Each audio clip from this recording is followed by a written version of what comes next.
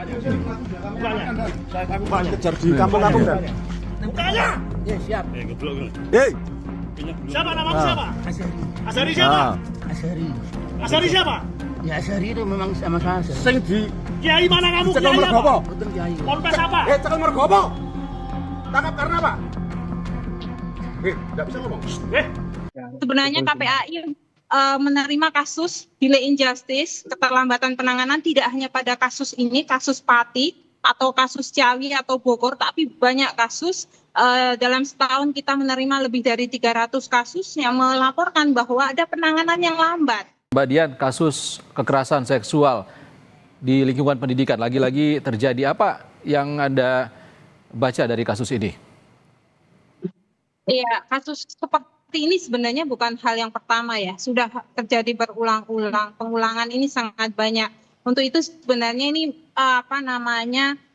dibutuhkan keseriusan, benar-benar serius, tidak hanya ketika ada kasus saja, kepada lingkungan pendidikan maupun lingkungan pengasuhan alternatif yang dimana di sana ada anak, untuk lebih memperkuat lagi sistem monitoring dan pengawasannya, memastikan tidak ada kekerasan dalam bentuk apapun, terutama kekerasan seksual.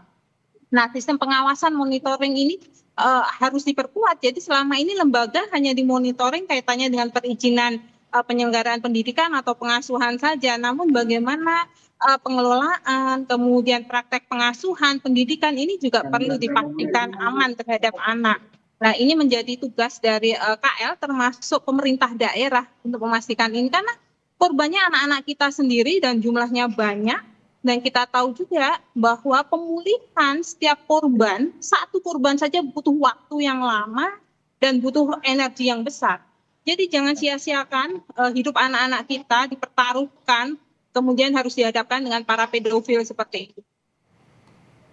Oke, Mbak Dian, kita mundur sedikit. Sebenarnya sudah ada laporan dari terduga korban, 4 hingga 8 korban pada 2024. Namun kasus ini mandek hingga akhirnya baru ditetapkan sebagai tersangka pada 28 April 2026, 2 tahun kemudian. Ini Anda melihatnya apa yang menjadi pengganjal kasus seperti ini bisa tertunda begitu lama?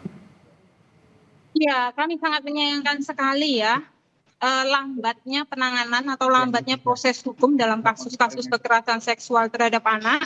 Sebenarnya KPAI menerima kasus delay in justice, keterlambatan penanganan tidak hanya pada kasus ini, kasus Pati atau kasus Ciawi atau Bogor, tapi banyak kasus. Dalam setahun kita menerima lebih dari 300 kasus yang melaporkan bahwa ada penanganan yang lambat. Nah, ini menjadi tantangan bagi teman-teman Polri, para penyidik, bagaimana untuk lebih memperkuat, meningkatkan kapasitasnya lagi dalam mengungkap kasus-kasus kekerasan seksual seperti ini.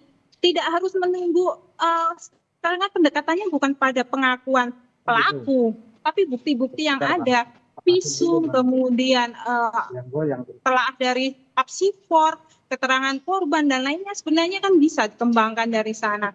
Nah, ini perlu sekali, makanya kami sangat mendukung sekali kepolisian dengan adanya Direktorat PPA PPO ini supaya dapat lebih mempercepat ya proses-proses penanganan. 1 hari penundaan penanganan proses hukum terhadap anak itu sudah dampaknya luar biasa sekali. Ini bisa terbukti 2 tahun prosesnya sangat lama. Korban tentunya dengan pelaku tidak segera ditangkap, tekanan, intimidasi, mungkin saja teror bisa saja dialami oleh korban dan keluarganya. Nah, ini yang sangat disayangkan dan harapannya ke depan tidak terjadi lagi ya.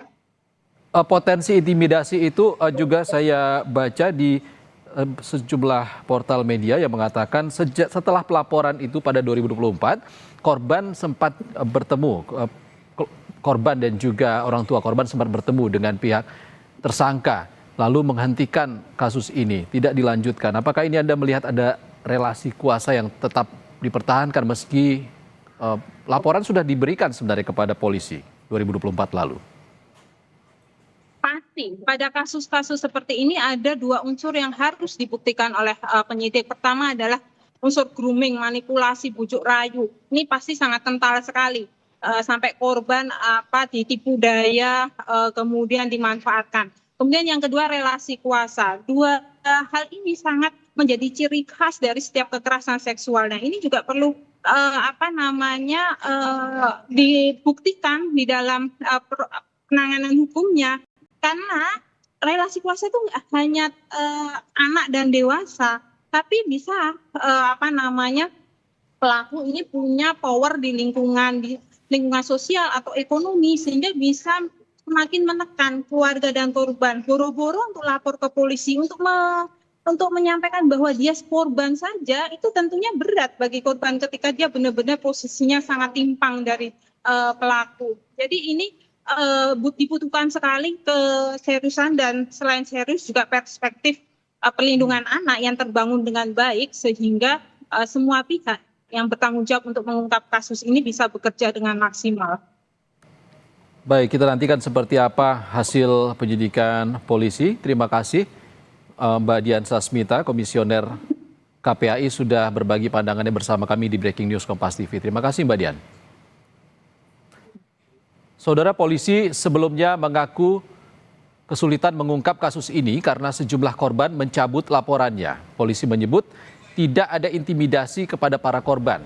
Berikut pernyataan Wakasat Reskrim Polresta Pati, Ajun Komisaris Polisi Iswantoro dalam program Kompas Petang sebelumnya. Pada saat itu memang tidak ada di tempat. Pada saat itu tidak ada di tempat. Oke. Dan ini kan kasusnya juga sudah dilaporkan dari 2024, Pak. Apa yang membuat kasus ini terkesan lama progresnya, Pak? Banyak para saksi ini yang mencabut laporannya, mencabut kesaksiannya, mencabut keterangannya. Ada tiga saksi yang mencabut keterangannya. Alasannya? Alasannya kalau dari orang tua para saksi ini demi keamanan anak, untuk masa depan anak. Tapi dengan adanya pencabutan laporan ini, polisi apakah juga tetap menindaklanjuti, Pak? Apakah jangan-jangan ada intimidasi atau dugaan-dugaan lain?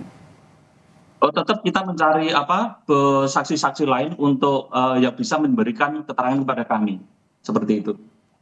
Tapi kalau polisi menemukan adanya dugaan intimidasi, tidak Pak, kepada korban yang melakukan pencabutan laporan? Saat ini belum ada. Berarti sejauh ini sudah ada berapa saksi, Pak, yang diperiksa juga? Untuk saat ini yang sudah diperiksa ada 14 saksi yang sudah dilakukan pemeriksaan oleh pihak Polresta Pati. 14 saksi sejak 2024? Siap. Kalau begitu bagaimana, ini kan kasus melibatkan siswa, Pak. Bagaimana polisi bisa meyakinkan publik kalau kasus ini akan dilakukan secara cepat dan transparan, Pak? Untuk saat ini kan sudah dilakukan penetapan tersangka, kemudian sudah dilakukan pemanggilan, kemudian dilakukan pemanggilan kedua.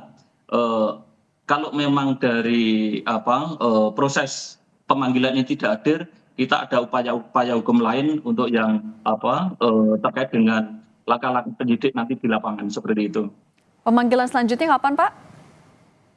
Untuk pemanggilan hari Kamis tanggal berapa?